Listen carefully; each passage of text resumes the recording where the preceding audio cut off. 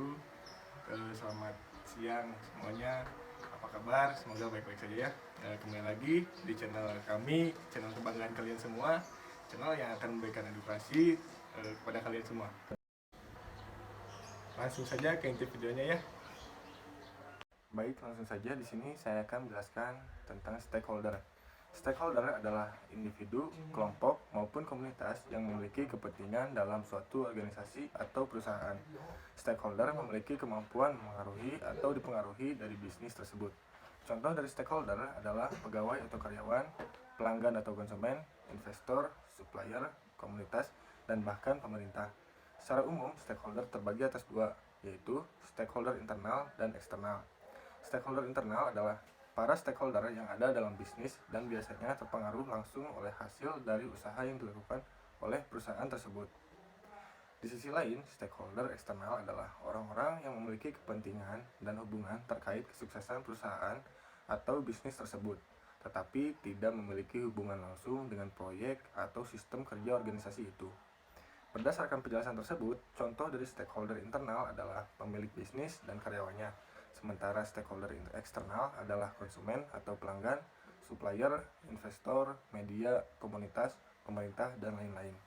Berikut adalah penjelasan lebih rinci mengenai orang-orang maupun kelompok yang tergolong ke dalam kategori stakeholder. Yang pertama, ada investor dan kreditur. Investor sebagai stakeholder adalah orang-orang yang menanamkan modal sebagai dukungan bagi perusahaan.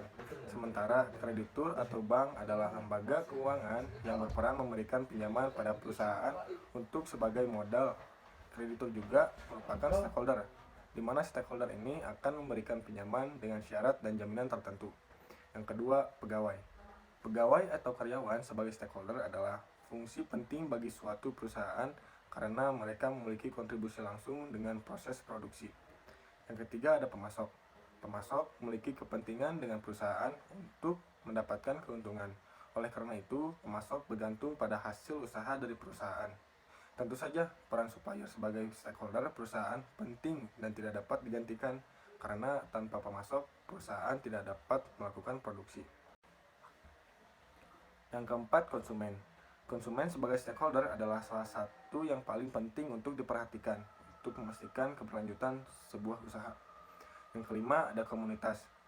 Komunitas juga termasuk stakeholder yang memiliki kepentingan dengan perusahaan karena terpengaruh langsung oleh terciptanya lapangan pekerjaan, perkembangan ekonomi, kesehatan, dan keselamatan. Adapun fungsi dan peran stakeholder perusahaan, yang pertama, membuat suatu keputusan, yang kedua, manajemen langsung, yang ketiga, pendukung keuangan, yang keempat, tanggung jawab sosial perusahaan. Selanjutnya, ada etika bisnis dan tanggung jawab sosial.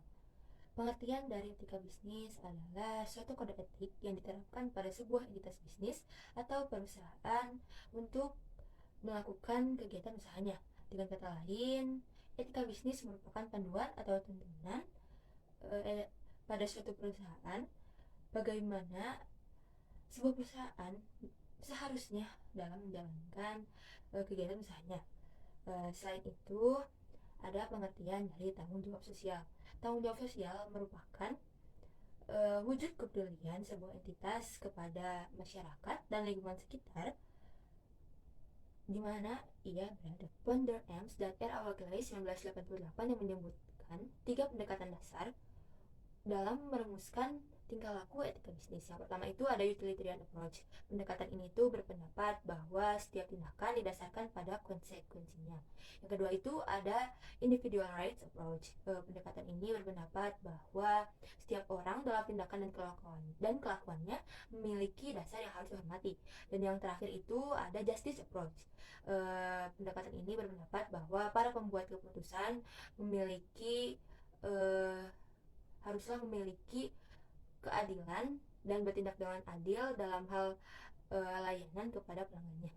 Adapun bentuk tanggung jawab sosial sebuah perusahaan yaitu yang pertama ada tanggung jawab sosial kepada konsumen, yang kedua ada tanggung jawab sosial kepada karyawan, yang ketiga ada bentuk tanggung jawab sosial kepada kreditor, yang keempat itu ada bentuk tanggung jawab sosial kepada pemegang saham, dan yang kelima itu ada bentuk tanggung jawab sosial kepada lingkungan.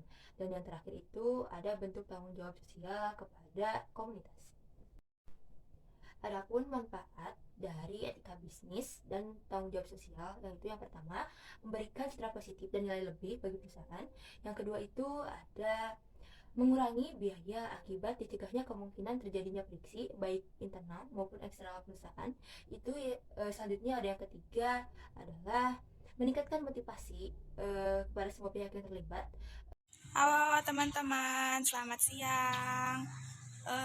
Saya Sindayu Pratama. Di video kali ini saya akan menjelaskan mengenai kewirausahaan dan perannya bagi perkembangan bisnis.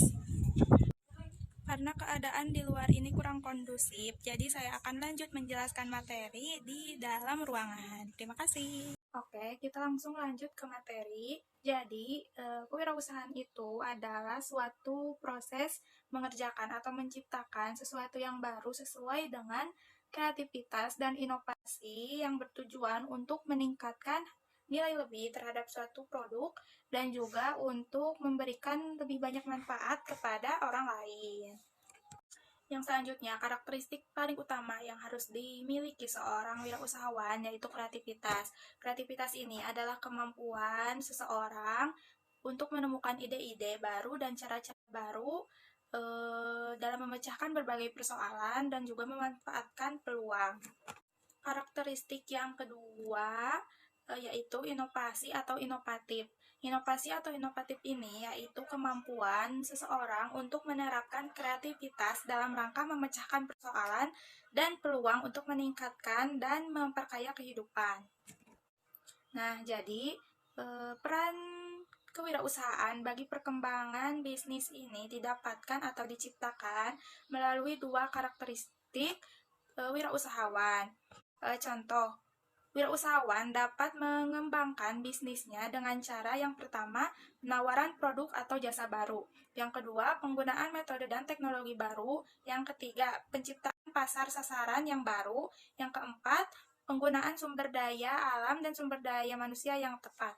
Yang terakhir, penciptaan bentuk organisasi yang baru. Selanjutnya, dalam pengembangan bisnis atau pengembangan usaha ini tentunya ada tahap-tahap yang harus dilakukan. Tahap yang pertama yaitu mempunyai ide atau konsep usaha. Yang kedua yaitu penyaringan ide atau konsep usaha. Yang ketiga pengembangan rencana usaha atau business plan. Dan yang keempat yaitu implementasi rencana usaha dan pengendalian usaha. Sekian dari kelompok kami, saya Muhammad Fajar Alfat. Saya Raden Wahyuni Kuyunia. Saya Sindayu Pratama. Jangan lupa Like, comment, and subscribe.